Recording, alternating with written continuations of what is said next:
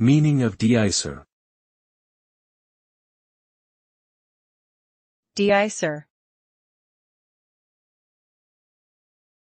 De-icer. De-icer. De-icer.